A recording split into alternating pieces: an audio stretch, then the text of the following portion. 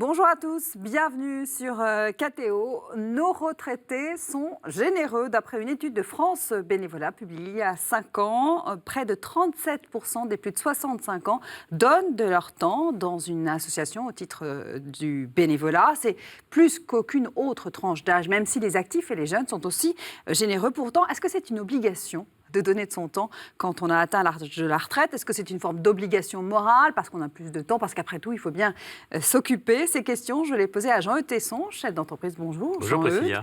Et Joseph Touvenel, secrétaire confédéral à la CFTC, qui n'ont pas atteint l'âge de la retraite. Je me Dans trompe 2 ans. pas. 2 ans pour Jean-Eudes. Je ne sais pas quand l'âge de la retraite sera fixé au jour où je vous parle, donc j'ai un doute. Voilà. Alors, mais j'imagine que vous déjà donnez beaucoup de votre temps, je vous imagine très généreux. Mais Jean-Eudes, les Français, si on regarde les chiffres, sont généreux en général, mais les retraités le sont en particulier, notamment les présidents d'associations. 1 sur 2 sont des retraités. Oui, alors je ne sais pas si on peut parler de générosité, parce que s'engager, ça peut être vital pour certains. Et si c'était seulement par générosité, je suis convaincu qu'on ne trouverait pas autant de monde, autant de bénévoles. C'est-à-dire que derrière l'engagement bénévole, il doit y avoir du sens. Et le sens, ce n'est pas seulement pour s'occuper, ce n'est pas seulement parce qu'on est généreux, c'est un ensemble de choses qui fait qu'on engage toute sa personne dans une responsabilité ou simplement un service de base dans une association, au service des plus pauvres ou au contraire dans des organisations plus culturelles. Mais je pense qu'on ne peut pas distinguer d'ailleurs les retraités des autres parce que ce n'est pas tout d'un coup qu'on deviendrait généreux parce qu'on devient retraité. C'est les Français, à ce moment-là, sont généreux, si c'est ça le critère. Mais je pense en réalité qu'il ne faut pas aborder cette question sous l'angle de la générosité, pour les raisons que j'ai évoquées. Joseph, est-ce que vous posez le même diagnostic? Oui, Jean-Eudes a raison. Et c'est en plus la continuité du monde du travail. C'est-à-dire que le travail, ce n'est pas que je fais une tâche contre un salaire. Le sens chrétien du travail, c'est bien autre chose. C'est je participe au bien commun, je me réalise, je participe à une œuvre. Les retraités ne sont plus dans le monde du travail strictement économique, mais là, continuent à travailler parce qu'ils apportent, et ça leur apporte aussi, même si c'est la gratuité. Jean-Eudes l'a souligné, c'est aussi faire quelque chose, c'est bon pour soi-même. D'abord, c'est une activité. Je ne suis pas seul. Ça permet J'ai de du lien maintenir social. un lien social, Bien de sûr. rester, entre guillemets, utile. Et puis, c'est du dynamisme aussi. Ça préserve aussi la santé psychique et physique, plutôt que je reste tout seul à m'enfermer et petit à petit, je me rétrécis sur moi-même, que ce soit psychologiquement ou physiquement. Faire avec et pour les autres, c'est bien pour tout le monde. Et ça, c'est pas une leçon, mais on devrait plus y réfléchir. Le fait de faire avec et pour les autres est quelque chose qu'apporte à tout le monde, à soi-même comme à la société. Et ça permet, je voulais dire, Oui, dans le ajouter prolongement quelque de ce chose. que vient de dire Joseph, je disais, ce qui est important aussi, c'est dans la préparation à la retraite. Si on se prépare à la retraite, ce n'est pas à quoi je vais pouvoir occuper mon temps, c'est plutôt comment vais-je pouvoir valoriser tout ce que j'ai acquis comme compétences, comme énergie aussi, dans la retraite. Ce que vous dites là, c'est qu'on ne fait pas n'importe quel bénévolat. On ne s'engage exactement. pas n'importe où. On a des compétences qu'on a acquises tout au long de sa vie professionnelle. Et un retraité, qui est en général en pleine forme, en tout cas en France, c'est le cas, la plupart du temps, peut donner de son temps avec ses compétences et son Oui, son parce que cursus si c'est simplement professionnel. pour s'occuper, on ne va pas trouver quelqu'un forcément de compétent. Si c'est simplement par générosité, on peut par générosité faire des conneries. Donc en réalité, c'est un tout, c'est l'ensemble de sa personne qu'on doit interroger lorsqu'on se rapproche de l'âge de la retraite. Et puis, quand on quitte l'entreprise, on quitte une communauté humaine. Alors, il y a des liens qui vont rester avec les plus proches, mais petit à petit, ça s'étiole. Et là, on retrouve et on recrée d'autres liens avec des gens qui, a priori, on a des centres d'intérêt qui sont à peu près similaires. Si je m'occupe d'un club de boules bénévolement, c'est bien parce que j'aime bien la pétanque. Et ceux qui sont là, on va pouvoir... si je m'occupe des sans-abri, c'est parce que... je suis un peu mobilisé. Ce sont des engagements qu'on aura pris bien avant d'être à l'âge de la retraite. C'est-à-dire que c'est un engagement tout au long de sa vie professionnelle. Franchement, ceux qui n'ont pas eu l'engagement tout le long de leur vie professionnelle, à part juste leur boulot, doivent avoir une vie bien triste. C'est qu'en Donc fait, du coup, généralement, ils ont des vieillesses encore plus tristes. La coupure est rude quand on a été très actif durant toute sa vie professionnelle et qu'on se retrouve à l'âge de la retraite. On se réveille un matin et il n'y a plus besoin d'aller au bureau. Donc le bénévolat, c'est une façon aussi d'assurer une sorte de transition en douceur entre cette vie active qu'on a connue pendant 40 et quelques années et la vie de retraité. Oui, avec beaucoup d'autres enjeux que simplement être capable de s'occuper, d'avoir le sentiment d'être utile, parce que on parle beaucoup des interactions travail et vie privée, et l'âge de la retraite est aussi un changement de vie complet qui peut impacter notre vie dans toutes ses dimensions, y compris notre vie familiale et conjugale. Alors, ça, c'est le conseiller conjugal qui parle. Oui, et je l'ai écrit dans un livre d'ailleurs qui s'appelle « Oser le couple durable ». C'est qu'il y a des couples qui peuvent se retrouver un peu mis à mal par l'arrivée à la retraite. Dans ce livre, j'essaie d'identifier des nouvelles fragilités pour les couples liées au changement de société, mais aussi des nouvelles formes de fragilité. Et j'ai identifié dans un chapitre le passage à la retraite, qui est un vrai danger pour le couple, que les deux travaillent ou pas d'ailleurs. Parce que lorsqu'on est pris par le travail, on trouve un certain équilibre. Si on perd cet équilibre, ça va rejaillir sur la relation avec son conjoint. Et puis ça doit se préparer. J'insiste beaucoup aujourd'hui sur la préparation de la retraite, y compris dans la vie conjugale et familiale, dans les relations avec les enfants.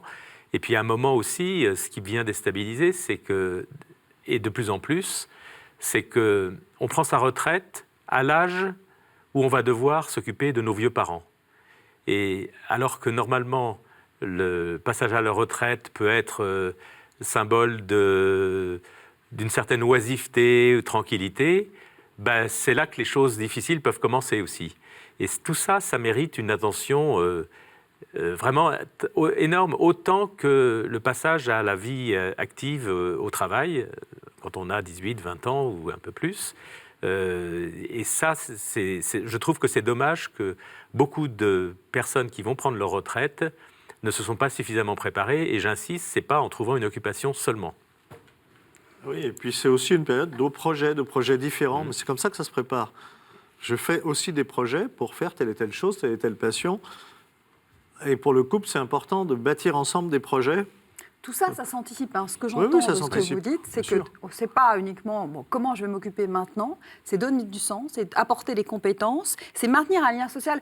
Il y a plusieurs organismes comme l'assurance retraite, la mutualité sociale agricole et le régime social des indépendants qui ont noué des partenariats avec différents opérateurs associatifs parce qu'ils se sont rendus compte à quel point il était important de maintenir une activité, quelle qu'elle soit, pour rester en bonne santé, en bon état, sachant que la société française a tendance à vieillir, qu'il y a de plus en plus de retraités. C'est quasiment une question de santé publique, j'allais dire. Alors, il y a une question de santé publique, mais tout le bénévolat apporté par les retraités, parce qu'ils ont le temps, mais économiquement, pour la nation, c'est quelque chose d'extraordinaire. Et quand j'entends les critiques qui deviennent de plus en plus fortes, voire systématiques dans la bouche de certains sur les vilains cathos, les vilains chrétiens, imaginez que tous les bénévoles cathos, tous les bénévoles retraités chrétiens qui s'occupent, mais alors d'une myriade d'associations dans tous les sens, ils arrêtent. Je suis sûr que le pays s'en sortirait très, très, très, très mal. Donc merci à eux. Ils apportent à la nation, ça leur rapporte à eux-mêmes aussi. Et ça rapporte aux autres. Alors, je confirme. J'ai une autre attention, justement, c'est côté association. La retraite, ça doit se préparer. L'accueil des retraités, c'est pas si simple, des bénévoles retraités, parce qu'on est sensible, je reviens à cette idée de générosité, on peut accueillir un retraité futur bénévole dans une association en se disant « c'est formidable, vous nous donnez du temps, merci, etc. » Et puis, on se contente de cela, sans aider le futur bénévole à réfléchir au sens qu'a ce bénévolat, justement, au-delà de la générosité, qui est forcément une réalité.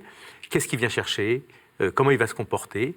Et puis, si on est juste dans le registre de la générosité, le bénévole va penser que l'association lui est redevable, qu'elle doit exprimer de la gratitude, ça me paraît normal, mais qu'il peut avoir des exigences, puisque vous comprenez, je donne tellement que j'ai droit à...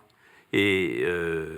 on retrouve ça dans beaucoup d'associations, le « j'ai droit à », c'est-à-dire le « j'ai droit à », c'est parfois j'ai droit à ne pas avoir trop de scrupules pour me servir, par exemple, dans un vestiaire de secours catholique, parce que je suis là et que, avec tout le temps que je passe, j'ai bien droit de temps en temps à un petit vêtement. Ce que vous dites, Jean-Eudes, c'est qu'un bénévole, comme un salarié, ça se manage, entre guillemets, en tout cas, on s'occupe, on les accompagne.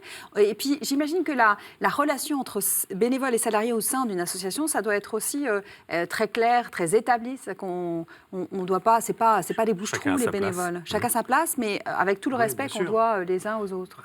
Dans ma petite équipe parisienne de la CFTC, j'ai des bénévoles qui sont des retraités, jeunes retraités ou maintenant un peu moins jeunes retraités. Là, ils savent qu'ils sont dans un cadre professionnel.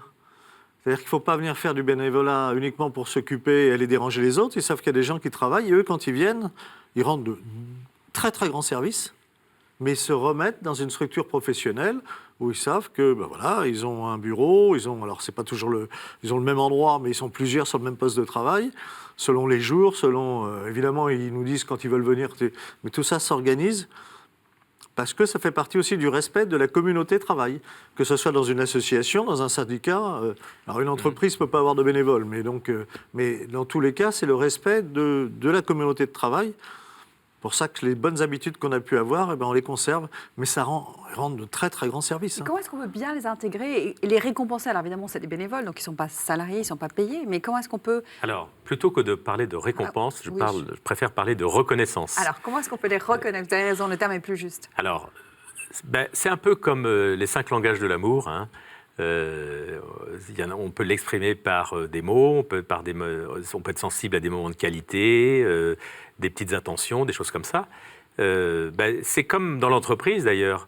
La reconnaissance de la compétence, de l'engagement, ça peut se faire par du salaire, une prime, ça peut se faire par des mots, une parole attentionnée, une responsabilité qu'on va donner, etc.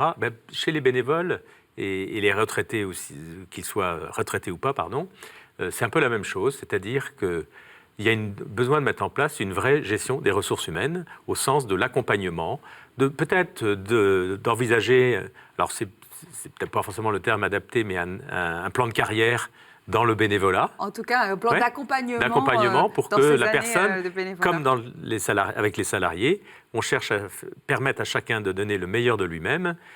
Avec les bénévoles, on peut avoir la même préoccupation, permettre à chaque bénévole de donner le meilleur de lui-même. C'est la même chose, c'est le principe de subsidiarité. Exactement. Merci à tous les deux. On a bien compris que le bénévolat, quand on est retraité, ça se prépare. Je profite de cette première émission de l'année pour vous souhaiter à tous, et à vous et aussi également, une très belle année 2020. Bonne année à tous et à toutes. Voilà, merci. À la semaine prochaine.